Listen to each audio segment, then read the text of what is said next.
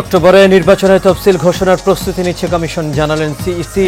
ভোটের তারিখ জানাবেন প্রধান উপদেষ্টা।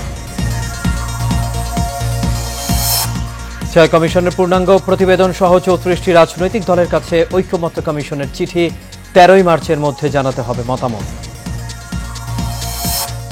পাচারকৃত অর্থ ফিরিয়ে আনতে হচ্ছে বিশেষ আইন, জানালেন প্রেস সচিব।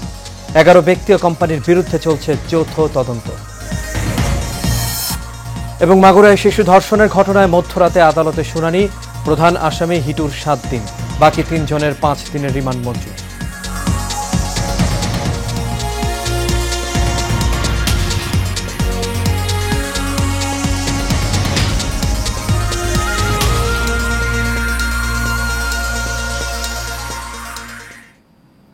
সবাইকে স্বাগত এশিয়ান নিউজে। দর্শক, পুরো সংবাদ জুড়ে আপনাদের সঙ্গে আছি আমি আনোয়ার রাজ। এতক্ষণ শুনছিলেন বিআরবি কেবল ইন্ডাস্ট্রিজ লিমিটেড সংবাদ শিরোনাম।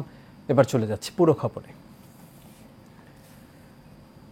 আগামী অক্টোবরে জাতীয় নির্বাচনের তফসিল ঘোষণার প্রস্তুতি নেওয়া হচ্ছে বলে জানিয়েছেন প্রধান নির্বাচন কমিশনার এএমএম নাসির উদ্দিন। রাজধানীর আগারগাঁওয়ে নির্বাচন ভবনে বাংলাদেশে নিযুক্ত ব্রিটিশ হাই কমিশনার সারা কুকের সঙ্গে বৈঠক শেষে সাংবাদিকদের মুখোমুখি হয়ে এই কথা জানান তিনি। এ সময় জাতীয় নির্বাচনের ট্রেনে উঠছেন কিনা সাংবাদিকদের এমন প্রশ্নে সিইসি বলেন, প্রধান উপদেষ্টা যেদিন ঘোষণা দিয়েছেন সেদিন থেকেই জাতীয় নির্বাচন নিয়ে কাজ চলছে, তবে জাতীয় নির্বাচনের ঘোষণা কিন্তু প্রধান উপদেষ্টা দেবেন। তিনি বলেন, নির্বাচনের টাইমলাইন ডিসেম্বরে ভোট হলে অক্টোবরে শিডিউল ঘোষণা করতে হবে।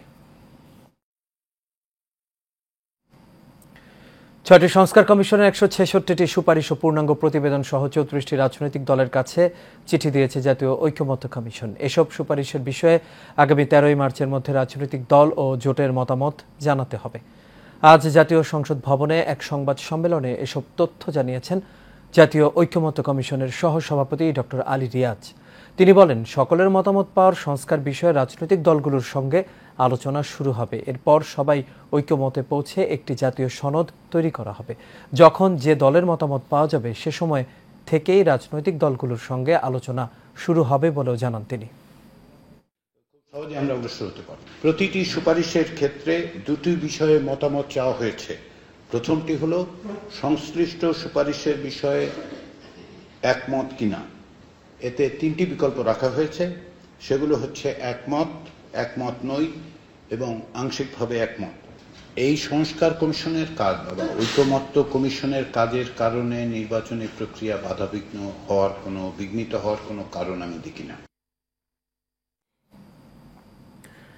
বিদেশে পাচার হওয়া অর্থ দেশে ফিরিয়ে আনতে বিশেষ আইন করছে অন্তর্বর্তী সরকার। বিকেলে রাজধানীর ফরেন সার্ভিস একাডেমিতে এক সংবাদ সম্মেলনে এসব তথ্য জানিয়েছেন প্রধান উপদেষ্টার প্রেস সচিব শফিকুল আলম। উপদেষ্টা পরিষদের বৈঠক শেষে আয়োজিত ওই সংবাদ সম্মেলনে প্রেস সচিব জানান, প্রধান উপদেষ্টা প্রফেসর ডক্টর মোহাম্মদ ইউনূসের নেতৃত্বে পাচার করা টাকা উদ্ধারের জন্য গঠিত টাস্ক ফোর্সের সভায় এই সিদ্ধান্ত হয়েছে। বৈঠকে প্রধান উপদেষ্টা বলেছেন, পাচার হওয়া অর্থ ফিরিয়ে আনতে প্রয়োজনীয় সব পদক্ষেপ নিতে হবে, কারণ এগুলো জনগণের করের টাকা। এজন্য অর্থ পাচারের সব অভিযোগ তদন্তে প্রয়োজনে সংশ্লিষ্ট সব স্টেক হোল্ডারদের নিয়ে কাজ করতে নির্দেশনা দিয়েছেন তিনি। প্রেস সচিব জানান, 11 ব্যক্তি ও কোম্পানির বিরুদ্ধে অর্থ পাচারের বিষয়ে অনুসন্ধান করছে যৌথ অনুসন্ধান তদন্ত কমিটি। ব্যাংকিং সিস্টেম থেকে এটা একটা is a kind of highway robbery. তো এই টাকাটা উদ্ধারের জন্য প্রথম থেকেই ইন্টারিম গভর্নমেন্টের প্রয়াস ছিল এবং প্রফেসর ইউনূস প্রথম থেকেই বলে আসছেন যে এটা হচ্ছে আমাদের এই গভর্নমেন্টের খুবই একটা টপ প্রায়োরিটি, কারণ এটা বাংলাদেশের মানুষের টাকা এবং এটা যেভাবে হোক আমরা এই টাকাটা ফিরিয়ে আনতে চাচ্ছি। এটা আপনারা জানেন, এটা খুবই কাম্বারসাম একটা এফার্ট এবং বাট আমাদের ফোকাসটা ইন্টারিম গভর্নমেন্টের ফোকাস প্রথম থেকেই ছিল যে কিভাবে টাকাটা আনা যায়। অনিয়মের মাধ্যমে পূর্বাঞ্চলে 60 কাঠা প্লট বরাদ্দ নেওয়ার প্রমাণ পাওয়ায় ক্ষমতাচ্যুত সাবেক প্রধানমন্ত্রী শেখ হাসিনা ও তার বোন শেখ রেহানা এবং তাদের পরিবারের সদস্য সহ 23 জনের বিরুদ্ধে চার্জশিট দাখিল করেছে দুর্নীতি দমন কমিশন। সকালে দুদকের প্রধান কার্যালয় থেকে চার্জশিট অনুমোদন হওয়ার পর আদালতে দাখিল করার বিষয়টি প্রক্রিয়াধীন রয়েছে বলে জানা গেছে। গেল 12 জানুয়ারি তাদের বিরুদ্ধে মামলাগুলো দায়ের করা হয়। চার্জশিটে নতুন করে সাবেক প্রতিমন্ত্রী শরীফ আহমেদ ও প্রধানমন্ত্রীর সাবেক একান্ত সচিব সালাউদ্দিনকে যুক্ত করা হয়েছে। হাসিনা সাবেক প্রধানমন্ত্রী গণপ্রজাতন্ত্রী বাংলাদেশ সরকারের প্রধানমন্ত্রী হিসাবে দায়িত্ব পালনকালে সজ্ঞানে পরস্পর যোগ সাজশে নিজেরা লাভবান হওয়া এবং অন্যকে লাভবান করার অসৎ উদ্দেশ্যে বর্ণিত পূর্বাচল আবাসন প্রকল্পের অতি মূল্যবান কূটনৈতিক এলাকায় ২৭ নং সেক্টরে ২০৩ নং রাস্তার প্লট নং ০০৯ নিজ নামে বাস্তব দখল সহ রেজিস্ট্রি মূল্যে গ্রহণ করে এবং রেজিস্ট্রেশন মূল্যে হস্তান্তর করে এবং হস্তান্তর গ্রহণ করার অবৈধ সুবিধা দিয়ে প্রতারণামূলকভাবে বেআইনি অনুগ্রহ প্রদর্শনের মাধ্যমে আসামিগণ অপরাধ করেছেন মর্মে তদন্তকালে প্রমাণিত হয়েছে। ক্ষমতার পরিবর্তন ছাড়া দেশের মানুষের ভাগ্যের পরিবর্তনে এবং গণতান্ত্রিক পরিবেশ ফিরিয়ে আনা সম্ভব নয় বলে মন্তব্য করেছেন বিএনপির স্থায়ী কমিটির সদস্য নজরুল ইসলাম খান। দুপুরে রাজধানীর একটি হোটেলে একটি বইয়ের প্রকাশনা অনুষ্ঠানে এই কথা জানান তিনি। এ সময় তারেক রহমানের নেতৃত্বে বিএনপি শক্তিশালী দলে পরিণত হয়েছে। এছাড়া দলটির ভাইস চেয়ারম্যান আব্দুল্লাহ আওয়াল বিন্টু এবং যুগ্ম মহাসচিব হাবিবুন নবী খান সোহেল বলেন, সম্ভাবনাময়ী বাংলাদেশকে ধ্বংসের দ্বার প্রান্তে নিয়ে গিয়েছিল শেখ হাসিনা। এর পুনরুদ্ধারে গণতান্ত্রিক সরকারের হাতে ক্ষমতা হস্তান্তর করা প্রয়োজন। একটা রাষ্ট্র পরিচালনা করতে হলে তো আপনার রাষ্ট্রের ক্ষমতার পরিবর্তন আনতে হবে এবং সেটা আনতে হবে গণতান্ত্রিক প্রক্রিয়ায়, ভোটের মাধ্যমে, নির্বাচনের মাধ্যমে। সেটা যখন দাবি করা হয় তখন এই কথা বললে তো ভুল যে শুধু ক্ষমতার জন্য পরিবর্তন হয় নাই।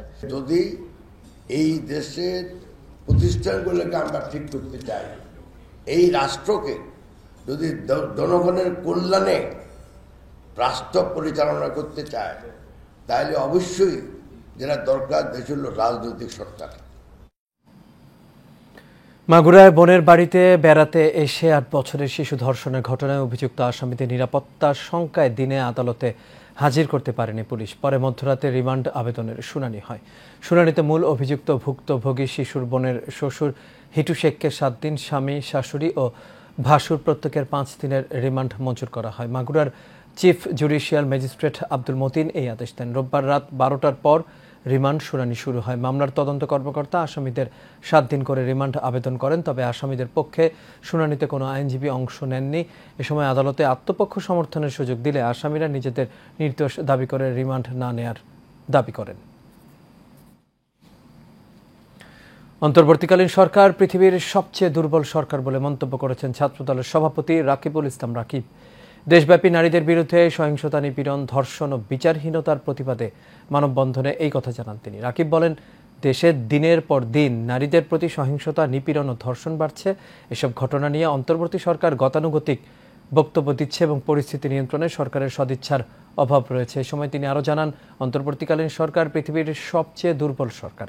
এই সরকারকে জনগণ সমর্থন দেওয়ার পরও আইনশৃঙ্খলা পরিস্থিতির উন্নতি ঘটাতে পারছে না।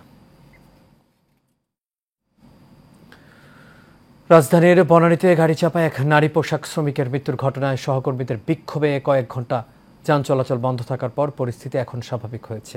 পুলিশের আশ্বাস ও শ্রমিক নেতাদের হস্তক্ষেপে দুপুর ১:৩০টায় আন্দোলন প্রত্যাহার করেন বিক্ষুব্ধ শ্রমিকরা। এরপর ধীরে ধীরে বনানী ও মহাখালী সহ আশপাশের এলাকায় যান চলাচল শুরু হয়। এর আগে সকাল ৬টার দিকে বনানীর চেয়ারম্যান বাড়ি এলাকায় রাস্তা পারাপারের সময় গাড়ি চাপায় নিহত হন মিনারা আক্তার নামে এক পোশাক শ্রমিক। এই ঘটনা আহত হয়েছেন আরেক শ্রমিক সুমাই আক্তার। তাকে কুর্মিটোলা জেনারেল হাসপাতালে ভর্তি করা হয়েছে।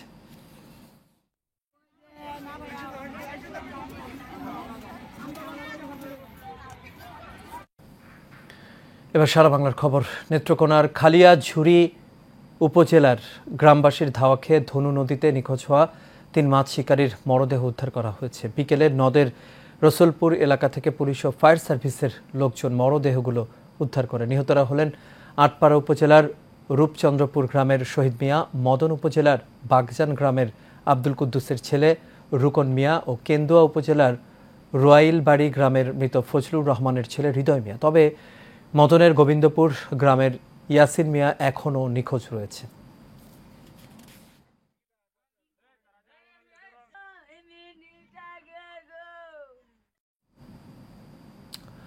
ময়মনসিংহের ফুলপুরে ট্রাক ও সিএনজির মুখোমুখি সংঘর্ষে ৩ জন নিহত হয়েছেন। ফুলপুরে আঞ্চলিক মহাসড়কের বাইটকান্দি মারা দেওয়া এলাকায় এই দুর্ঘটনা ঘটে। এই সময় সিএনজিতে থাকা আরও 3 যাত্রী আহত হয়েছেন। পরে স্থানীয়রা তাকে উদ্ধার করে ময়মনসিংহ মেডিকেল কলেজ হাসপাতালে পাঠায়।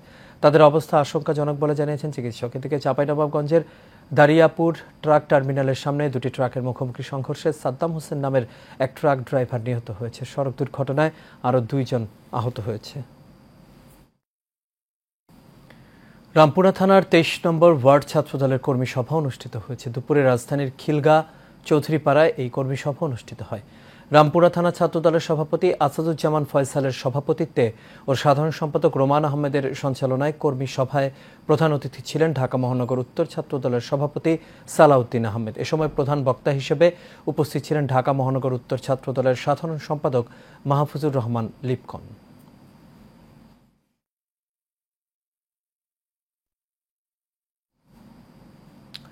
বিএনপির ভারপ্রাপ্ত চেয়ারম্যান তারেক রহমান ও ঢাকা মহানগর উত্তর বিএনপির আহ্বায়ক আমিনুল হকের নির্দেশনা তুরাগ রানাভোলা ইউনিয়ন পরিষদ কার্যালয়ে ইফতার বিতরণ করা হয়েছে। তুরাগ থানা বিএনপির যুগ্ম আহ্বায়ক চানমিয়া ব্যাপারীর ব্যক্তিগত উদ্যোগে ভাসমান ও সুবিধাবঞ্চিত মানুষের মধ্যে মাসব্যাপী ইফতার বিতরণ কর্মসূচির উদ্বোধন করা হয়েছে। এতে প্রধান অতিথি হিসেবে উপস্থিত ছিলেন ঢাকা মহানগর উত্তর বিএনপির সদস্য সচিব হাজী মোস্তফা জামান। তুরাগ থানা বিএনপির ছাত্রদল, যুবদল, স্বেচ্ছাসেবক দল সহ বিভিন্ন অঙ্গ সংগঠনের নেতারা এ সময় উপস্থিত ছিলেন।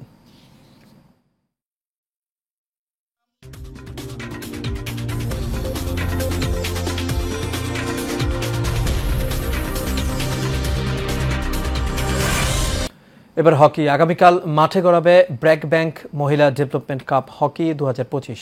মাওলানা ভাসানী হকি স্টেডিয়ামে এই প্রতিযোগিতার আয়োজন করা হচ্ছে। এবারের প্রতিযোগিতায় মোট 11টি দল অংশ নেবে। দুপুরে হকি ফেডারেশনের সভাকক্ষে এসব তথ্য জানান ফেডারেশনের সাধারণ সম্পাদক lieutenant colonel Riazul Hasan. 22 March টুর্নামেন্টের ফাইনালে খেলার মধ্য দিয়ে শেষ হবে এবারের আয়োজন।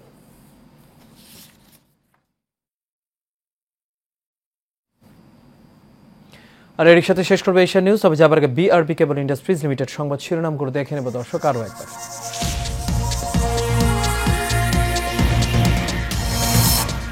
অক্টোবরে নির্বাচনের তফসিল ঘোষণার প্রস্তুতি নিচ্ছে কমিশন, জানালেন সিইসি। ভোটের তারিখ জানাবেন প্রধান উপদেষ্টা। 6 কমিশনের পূর্ণাঙ্গ প্রতিবেদন সহ 34টি রাজনৈতিক দলের কাছে ঐক্যমত্য কমিশনের চিঠি 13 মার্চের মধ্যে জানাতে হবে মতামত। পাচারকৃত অর্থ ফিরিয়ে আনতে হচ্ছে বিশেষ আইন, জানালেন প্রেস সচিব। 11 ব্যক্তি ও কোম্পানির বিরুদ্ধে চলছে যৌথ তদন্ত। এবং মাগুরায় শিশু ধর্ষণের ঘটনায় মধ্যরাতে আদালতে শুনানি। প্রধান আসামি হিটুর 7 দিন, বাকি 3 জনের 5 দিনের রিমান্ড মঞ্জুর। দর্শক, এই ছিল আমাদের এখনকার আয়োজন। আমাদের পরবর্তী সংবাদ দেখার আমন্ত্রণ রইল। এতক্ষণ সাথে থাকার জন্য সবাইকে ধন্যবাদ।